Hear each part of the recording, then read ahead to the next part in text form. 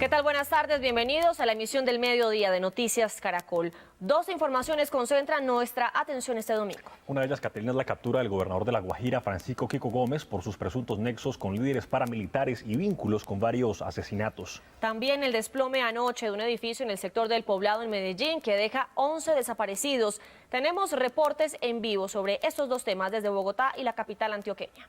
Precisamente está pasando y usted lo está viendo aquí en Noticias Caracol. Primero en Noticias, empezamos con Beatriz Rojas y Juan Pablo López, que están en Medellín. ¿Por qué se cayó este edificio y cómo avanza la remoción de escombros? Buenas tardes. Juan Pablo, buenas tardes. Desafortunadamente no son gratas las noticias desde Medellín. La torre 6 del edificio de la unidad residencial Space en el sector del Poblado, sector Las Palmas, se desplomó en las últimas horas. 11 personas quedaron sepultadas. Las labores de búsqueda avanzan a esta hora para dar con el encuentro de estas personas. Sus familiares han llegado hasta el sitio a reclamarlas. Inclusive, Beatriz, desde el principio de la emergencia Noticias Caracol estuvo acá, registró cómo se han llevado a cabo las labores de búsqueda y rescate, además un aguacero bastante fuerte ayer que dificultó un poco y en este momento están suspendidas las labores, pero veamos en el siguiente informe cómo se desarrolló las labores de búsqueda anoche. Hacia las 8:20 de la noche, las autoridades fueron alertadas del desplome de la torre 6 del edificio Space en el Poblado. Alrededor de 120 integrantes de los organismos de socorro atendieron el llamado. Movilizamos en un total de 115 personas, entre bomberos, socorristas, con todo el apoyo que se tuvo de los municipios del área metropolitana. Prácticamente todos hicieron presencia, tenemos 115 personas movilizadas. Así lucía la zona hasta donde empezaron a llegar los primeros familiares para conocer la suerte de sus seres queridos. Se cayeron las escalas del apartamento y todo, del tercer piso de la torre 6. Ella es del quinto, de la torre 5. Yo llamé aquí al Poblado, ahí mismo a la policía, a todo el mundo a avisar. En el lugar solo quedaron escombros y aumentaba la incertidumbre por el número de personas desaparecidas. Llegada la medianoche, los organismos de socorro alertaron sobre el posible desplome de una torre contigua. Por eso fue necesario la evacuación de las zonas aledañas. Mi familia está toda metida, está en la portería de la parte de arriba y ellos me están comunicando que no aparece Juan Esteban Cantor. Durante la madrugada, las labores de rescate se vieron interrumpidas por una constante lluvia que dificultó la remoción de escombros. Estas torres de apartamentos constan de 6 en total. Fue la torre número 6 la que se desplomó. En este momento están suspendidas las labores de rescate. Hace un año se había entregado la torre, no estaba habitada en su totalidad. 26 apartamentos fueron evacuados el viernes pasado precisamente por una falla estructural y 11 personas todavía continúan desaparecidas después de una depuración del censo que se hizo durante toda la noche, Beatriz. Sí, Juan Pablo, mira, son 9 personas, 9 obreros que se encontraban trabajando dentro de la obra en la torre 6, que fue la que se desplomó. Había también una persona residente del edificio y un vigilante que desafortunadamente tampoco aparece todavía. Recordemos, Juan Pablo, que en horas de la noche también fueron rescatadas 2 personas con vida. Los familiares han llegado hasta aquí a reclamar a sus seres queridos. Con el paso de los minutos aumenta la angustia entre los familiares de los desaparecidos que llegaron hasta el lugar de la emergencia para averiguar por sus seres queridos. Entre las ruinas buscan con esperanza noticias de las 11 personas que hasta altas horas de la noche se confirmaron como desaparecidas. Según las autoridades, 9 son trabajadores, hay un vigilante y un habitante del edificio. Cuando salió a trabajar me dijo, no, yo supuestamente tengo que madrugar y estos dos, o sea, el puente lo tengo que trabajar porque hay mucho que hacer acá en esta obra. Estas son las identidades de las 11 personas que a esta hora buscan los organismos de socorro. Álvaro Bolívar, Ricardo Castañeda, James Arango, Iván González, Juan Carlos Botero, Jaime Botero, Albeiro Álvarez, Diego Hernández, Luis Alfonso Marín, Uweimar Contreras, Juan Esteban Cantor. Con lágrimas, el hermano de uno de los vigilantes que trabajaba en el edificio en el momento del incidente dice que espera reencontrarse con su ser querido. Pegaba a Dios que mi hermano todavía tengamos la posibilidad de volverlo a ver con vida. La emergencia pudo ser mayor según habitantes del conjunto. Se sintió un estruendo muy fuerte, yo alcancé a asomarme por el balcón cuando vi que se estaba desplomando la torre y lo único que hice fue gritar, a coger mi hijo que tiene 2 años y medio, mi perro, mi esposo que estaba dormido, lo desperté, le dije se cayó esto. Los familiares de los desaparecidos señalaron que no se moverán del lugar hasta que tengan noticias de sus seres queridos. Miren, entre las 3 de la mañana y las 7 de la mañana se presentó un fuerte aguacero. Sin embargo, las autoridades y los organismos de socorro nunca suspendieron las labores de búsqueda. Estuvieron con las retroexcavadoras tratando de sacar los escombros para dar con el paradero de los desaparecidos, Juan Pablo. Pero no solamente eso, también vimos que esta mañana llegaban personas reclamando sus mascotas, reclamando animalitos que están atrapados todavía en la torre 5 de este edificio que dicen las autoridades podría colapsar. Claro, y además por eso se han suspendido las labores de rescate, porque están haciendo una evaluación técnica de la torre número 5, porque tiene algunas grietas también y podría presentarse un desplome importante, y eso pone en riesgo las labores de rescate a los socorristas, que son cerca de 150 personas que están trabajando acá. Con perros especializados en rescate y maquinaria pesada, cerca de 160 personas, entre socorristas, paramédicos, bomberos, policía y ejército, adelantan las labores de búsqueda de los desaparecidos. Lamentablemente todavía las 11 personas que están reportadas dentro del censo social, que se nos han notificado por familiares y por la constructora, todavía no han sido ubicados, y seguimos con la labor operativa. Aunque las labores han sido arduas y sin pausa, hasta ahora no hay éxito en la búsqueda. Las personas que ya habitaban esta torre evacuaron, y el personal de los 11 personas que estamos en estos momentos en el proceso de búsqueda, 10 corresponden a trabajadores que estaban realizando acciones de rehabilitación de la estructura. La búsqueda se concentra en zonas específicas de la edificación para revisar metro a metro la estructura. En este momento la operación se está haciendo desde la parte baja hacia arriba, porque queremos minimizar el riesgo que se está presentando con la torre 5, porque ya hubo un chequeo y en este momento tenemos topógrafos revisando a más detalle cuál es el nivel de riesgo. Las autoridades han tomado precauciones ante el acelerado deterioro de la torre contigua a la edificación colapsada, que según los organismos de socorro también podría desplomarse.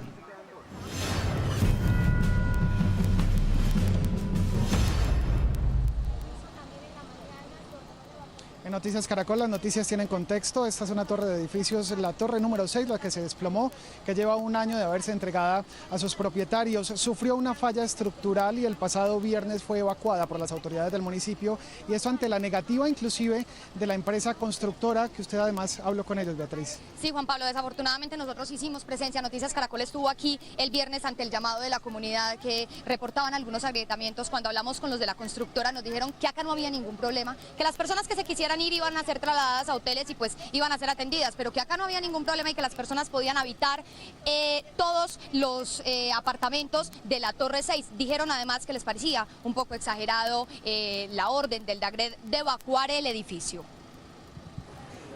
Los primeros indicios de un posible desplome de la torre 6 de la unidad residencial Space, ubicada en El Poblado, se dieron el pasado viernes, luego de que habitantes del edificio denunciaran ante las autoridades el agrietamiento de la estructura. La recomendación era no habitar la estructura.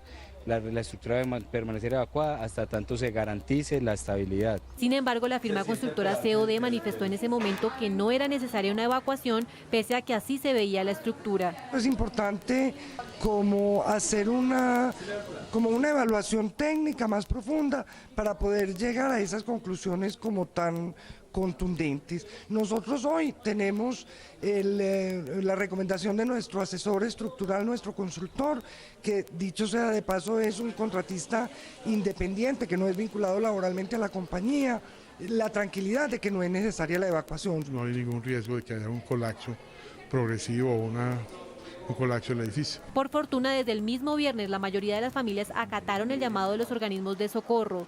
Fue luego de 33 horas cuando a las 8:20 de la noche del sábado la torre 6 del edificio se vino al piso y 11 personas permanecen desaparecidas.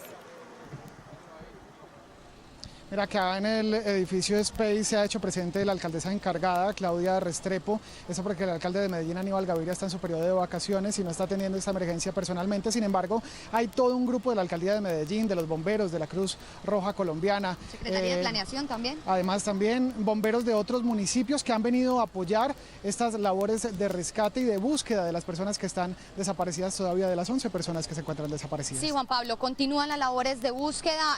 Suspendieron hace unos momentos escombros, pero no son labores que suspendieron porque se fuera a venir abajo la torre, nos explicaban ahorita precisamente las autoridades. Es que, mire Beatriz, es la parte más crítica en este momento del rescate porque tienen que remover los escombros y los escombros que están sosteniendo, los que están un poco más arriba, entonces se puede presentar una emergencia mayor si no lo saben manejar adecuadamente. Inclusive también ahorita estuvieron algunos perros de rescate buscando en alguna medida si había alguna señal de vida de las personas, si había algún sobreviviente. Juan Pablo, ¿quién responde ante esta situación? En Bogotá hicieron una nota también para responder a los televidentes que tienen la duda. Luego de lamentar lo ocurrido en el sector del Poblado en Medellín, el viceministro de Vivienda, Guillermo Herrera, fue claro y aseguró que los constructores deben responder a quienes tenían apartamentos en la torre que se vino abajo. En Colombia la legislación es muy clara. En este caso, el constructor debe responder por los vicios originados en la edificación y en este caso el Código Civil así lo prescribe. Herrera planteó lo que sería una solución para los afectados. Y lo que propone el ministerio es hacer una mesa de trabajo con la administración municipal. Vamos a pedir la compañía de la Superintendencia de Industria y Comercio y con el constructor para empezar a establecer las condiciones en que se va a responder por el patrimonio de las familias que invirtieron para adquirir una vivienda en este proyecto. El gobierno nacional pidió a las autoridades municipales verificar el estado de las viviendas vecinas al edificio colapsado. Aquí lo más importante es que con el acompañamiento de las autoridades competentes se establezca cuál es la magnitud real y el impacto de los daños que se haya podido generar con esta tragedia. No solamente refiriéndose al área del proyecto como tal, sino eventualmente revisar si hay edificaciones vecinas que hayan podido resultar afectadas. El Ministerio de Vivienda exigió a las autoridades competentes iniciar lo más pronto posible una investigación para determinar las responsabilidades en este incidente. Fuimos convocados, Beatriz, hace pocos minutos por la constructora CDO que iba a emitir un comunicado. No conocemos el contenido del comunicado, sin embargo se iba a pronunciar acerca de lo que pasó en esta estructura. Juan Pablo, además de eso, llevamos un dato importante, 16 horas aquí, no nos hemos movido un solo momento y no hay rescatados todavía. Siguen moviendo escombros, siguen buscando con los perros, siguen organismos de socorro. Sin embargo, de los 11 desaparecidos todavía no hay ninguna noticia. Vamos a estar entonces aquí, Juan Pablo, toda la tarde muy pendientes del desarrollo de lo que suceda aquí en el sector del Poblado, ¿cierto? Por ahora es toda la información en noticiascaracol.com. También pueden encontrar todo el minuto a minuto de lo que pasa aquí en el sur oriente de Medellín. Beatriz Rojas, Juan Pablo López Velázquez, Noticias Caracol. Beatriz, Juan Pablo, muchísimas gracias. Precisamente estamos con Medellín acompañando a sus habitantes en esta emergencia. Esta tarde tendremos desarrollo de esta noticia y también actualizaremos nuestra información minuto a minuto a través de nuestra página de internet www.noticiascaracol.com para que esté bien informado sobre esta tragedia. Esta es una noticia en desarrollo de Noticias Caracol. 12:44. En una clínica de Valledupar permanece recluido Juan Francisco Gómez Serchar, gobernador de La Guajira, luego de ser capturado por la Fiscalía en el municipio de Barrancas. Vamos a ir en vivo con Angie Camacho. Angie, ¿cuándo será el traslado a Bogotá del gobernador? Buenas tardes. Catalina, buenas tardes. Pues la Fiscalía espera que sea solo cuestión de horas. Una vez las autoridades médicas den de alta, inmediatamente será traído a la capital del país y será aquí en el búnker de la Fiscalía en donde permanecerá privado de la libertad mientras se adelanta la investigación. Hace solo minutos, agentes del CTI han informado que se determinará cuál es la situación jurídica de por lo menos 15 personas que habrían impedido que se llevara anoche a cabo esta captura y que incluso habrían agredido a agentes del CTI de la Fiscalía. En el siguiente informe les contamos más detalles de la detención en el día de ayer. En esta clínica de Valledupar, fuertemente escoltado, permanece desde anoche Juan Francisco Gómez Serchar, actual gobernador de La Guajira y quien adujo problemas de salud en el momento de su captura.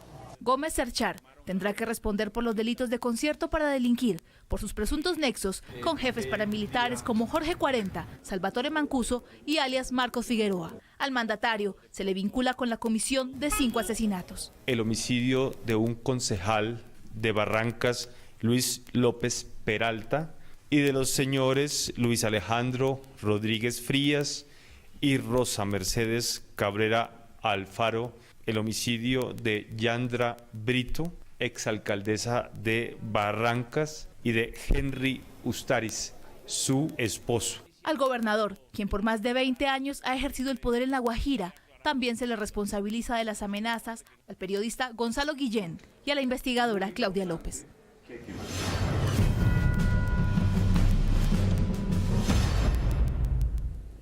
Y es que en Noticias Caracol las noticias tienen contexto, y es que recordemos que importantes periodistas en Colombia como Claudia López, Ariel Ávila, han destapado escándalos que vincularían precisamente al exgobernador con grupos paramilitares. Algunos de ellos han sido amenazados, incluso la investigadora Claudia López tuvo que abandonar el país. En el siguiente informe más detalles. El columnista y director de la Fundación Paz y Reconciliación, León Valencia, asegura que la captura del gobernador de La Guajira, Juan Fernando Gómez, les da un aliento para seguir investigando, a pesar de que él y su equipo han sido amenazados de muerte luego de realizar las investigaciones. Nosotros hemos pagado muy caro las investigaciones que hemos hecho, porque hemos recibido intimidaciones, amenazas, y el gobierno mismo nos informó sobre un complot para asesinarnos. En el 2011, la Corporación Nuevo Arcoíris entregó una lista negra al presidente Santos en la que aparecían candidatos de alcaldías y gobernaciones vinculados con paramilitarismo y mafias, entre ellos Juan Fernando Gómez Cerchar. En el 2012 continuaron las investigaciones, pero esta vez se trasladaron a la frontera de La Guajira con Venezuela. Aseguran que hallaron nexos del gobernador de ese departamento con paramilitares. La influencia de las mafias en La Guajira es inmensa, del contrabando de la gasolina, del tráfico de drogas, del tráfico de armas. La asociación de Marcos Figueroa y Kiko Gómez con mafias de México. La analista Claudia López, quien está amenazada, trinó felicitando a su equipo de investigación y dijo que no se rendirán. A pesar de todas las amenazas, Valencia aseguran que continuarán poniendo su lupa periodística en irregularidades y casos de corrupción. Y es que recordemos que por suscribir contratos sin tener los requisitos legales, la Procuraduría también investiga al gobernador de La Guajira. Información desde la Fiscalía General de la Nación. Angie Camacho, Noticias Caracol.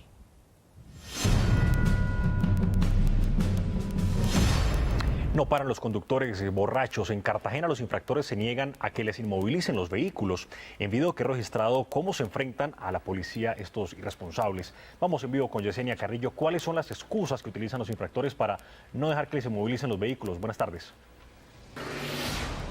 Buenas tardes. En 13 puestos de control ubicados alrededor de la ciudad de Cartagena, en la noche de ayer y en la madrugada de hoy, la policía logró sancionar a 77 conductores en estado de embriaguez. En video suministrado por la policía quedó registrado el momento en el que una mujer, madre de familia, no baja a su hijo de 8 años para evitar que su vehículo sea inmovilizado. En otro caso, un joven se niega a que le inmovilicen la motocicleta, pues retando al policía y diciéndole que en caso de que a esta le pase algo, pues lo denunciaría.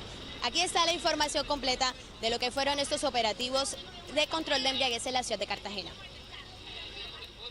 En el operativo, la policía detuvo este carro en el que se encuentra un menor de edad.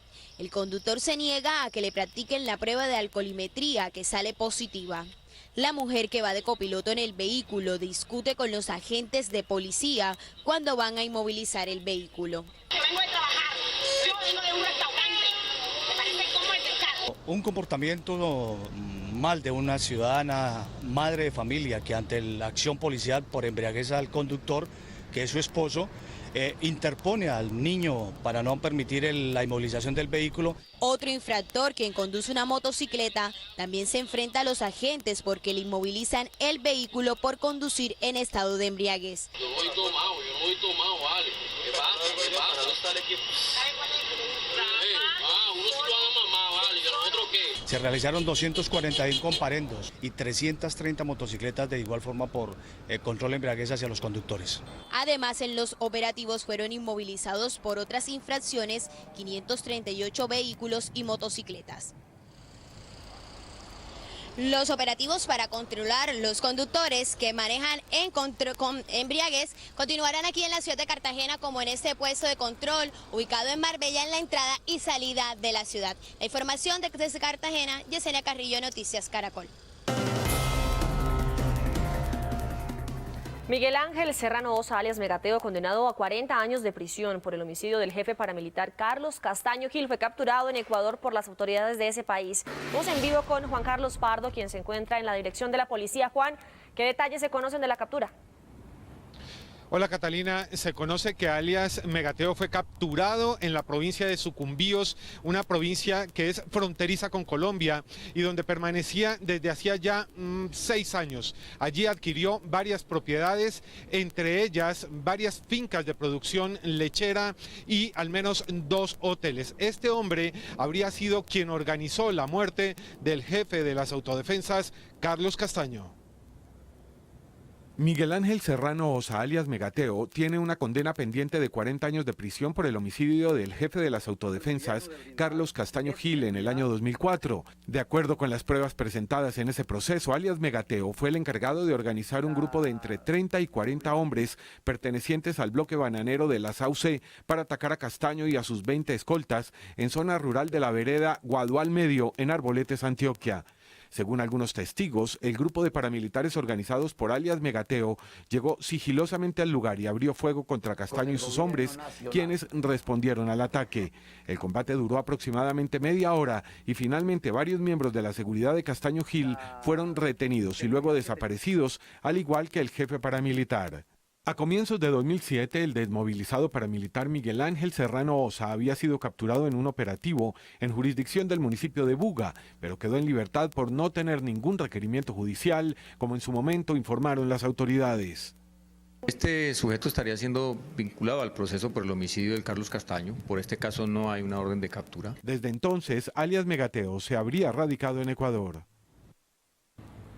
Sobre esta captura se acaba de pronunciar el director de la Policía, el general Rodolfo Palomino. Esto fue lo que dijo. Este sujeto venía siendo buscado por su vinculación a una serie de actos delictivos. Había logrado ubicarse, eludiendo y pretendiendo mantener allí oculta su permanencia en el vecino país del Ecuador. Un comunicado del Ministerio del Interior de Ecuador confirmó que Miguel Ángel Serrano, alias Megateo, ya fue entregado precisamente a la policía colombiana, por lo que se espera que el traslado sea o se produzca en las próximas horas aquí hacia Bogotá. Juan Carlos Pardo, Noticias Caracol. Juan Carlos, muchísimas gracias, buenas tardes. Y hay preocupación de las autoridades por varios casos de mujeres que murieron de manera violenta en las últimas horas en los departamentos del Valle y Atlántico. Tenemos reportes desde Cali y Barranquilla. Vamos en vivo primero con Yanio Díaz. Los detalles de estos hechos, Yanio, muy buenas tardes, adelante. Buenas tardes, pues fueron 3 casos los que se presentaron durante el fin de semana de mujeres asesinadas con arma de fuego. El primero se presentó en el barrio San Judas, en una pelea de un menor de edad con un hombre. Al parecer la madre del menor de edad intentó mediar y el hombre le disparó. El otro caso se presentó en el barrio Calima, donde una mujer fue objeto de robo. La mujer murió en la clínica debido a la gravedad de sus heridas y el otro caso se presentó en las últimas horas en el sector de Siloé. La noche de ayer, al parecer, un hombre mató a su esposa. Ellos habían terminado una relación hace 3 meses. Lo que dicen las autoridades es que en lo que va corrido del año se han presentado 103 muertes, lo que dice la personería. Información en Cali, Yanio Díaz, Noticias Caracol.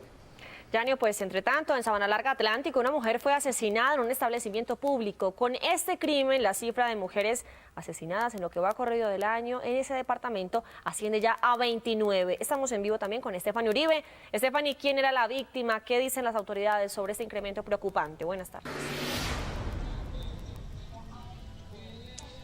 Se trata de Tatiana Álvarez, la víctima de 33 años, quien trabajaba como mesera en el estadero Playa Alta de Sabana Larga, donde ocurrió el crimen. Según algunos testigos, la persona que le habría disparado era un hombre al que esta mujer se encontraba atendiendo y al despacharle una cerveza y dar la vuelta, el hombre le habría propinado 3 disparos y huyó en una motocicleta. Hay preocupación, como usted bien lo dicen las autoridades. La cifra en el departamento de feminicidios asciende a 29. En el suroccidente de Barranquilla, el 60% de ellos, en el municipio de Soledad, un 30%, y en Sabana Larga, donde se presenta este último asesinato a una mujer, es el primero que se registra en lo que va corrido de este año. Es la información que registramos desde el Departamento del Atlántico. Stephanie Uribe, Noticias Caracol.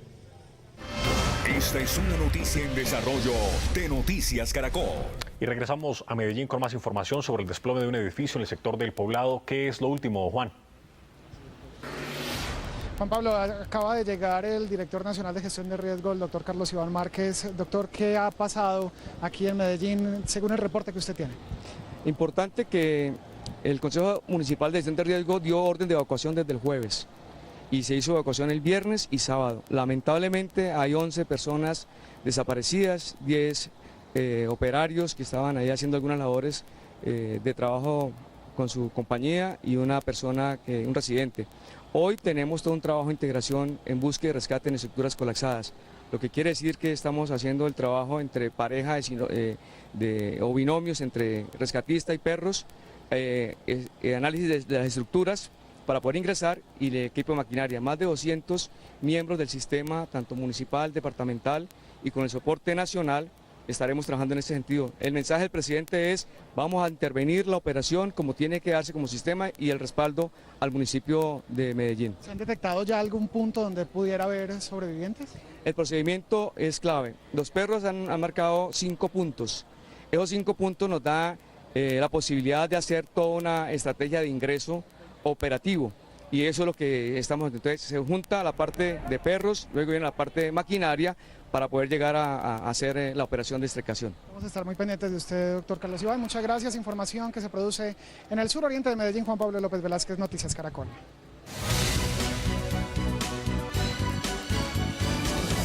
...12:57 noticias del mundo. Una estampida deja 90 personas muertas en India.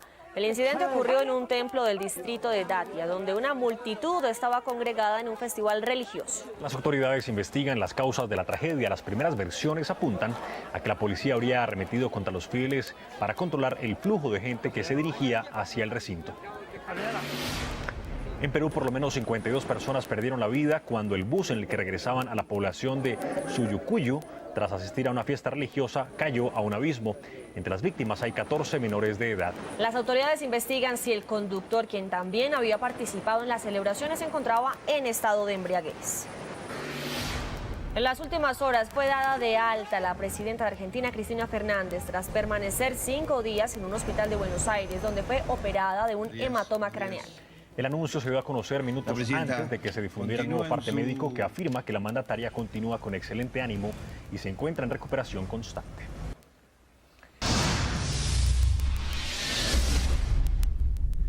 La Iglesia Católica celebró este domingo en España la beatificación de 522 religiosos asesinados en la Guerra Civil Española, entre ellos el colombiano Jesús Aníbal Gómez. A la ceremonia realizada en Tarragona asistieron más de 25.000 personas, 104 obispos y 1.400 sacerdotes. El Papa Francisco envió desde Roma un mensaje en el que resaltó la valentía de los mártires que murieron por la persecución religiosa de la época. No eran barnizados, eran cristianos hasta el final. Pidámosle su ayuda para mantener firme la fe, aunque haya dificultades. En España fue beatificado Jesús Aníbal Gómez, oriundo de Tarso, Antioquia. Vamos en vivo con Diana Pérez. Diana, ¿cómo se vive esta beatificación?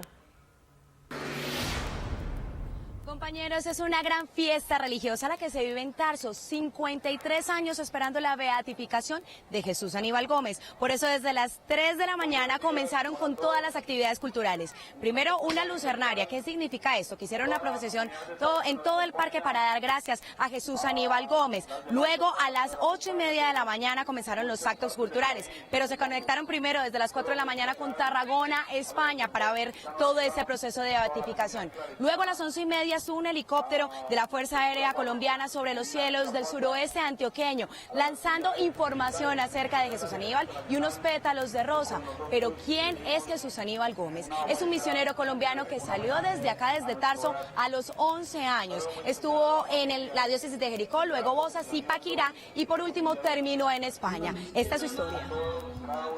53 años lleva la causa para la beatificación de Jesús Aníbal Gómez. El mártir fue asesinado en 1936 y solo hasta 1960 su primo y compañero de estudios emprendió el proceso. Después de la muerte de su precursor hace 20 años, el padre Orlando Hoyos se hizo cargo de la misión. Me tocó animar, digamos, los grupos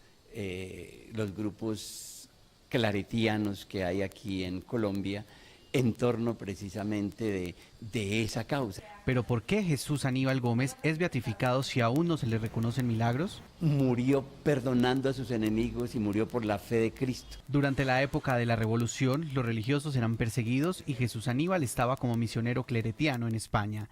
El 28 de julio de 1936 fue asesinado junto a 13 compañeros más, todos españoles. Gómez, el único colombiano. Uno de esos milicianos, cuando se enteró de que era colombiano, le dijo: ¿y usted ha venido de tan lejos para hacerse cura? Y le dijo: a mucho honor. Y ahí mismo en la estación de Fernando Caballero los pusieron en fila y ahí los fusilaron a 13 de momento.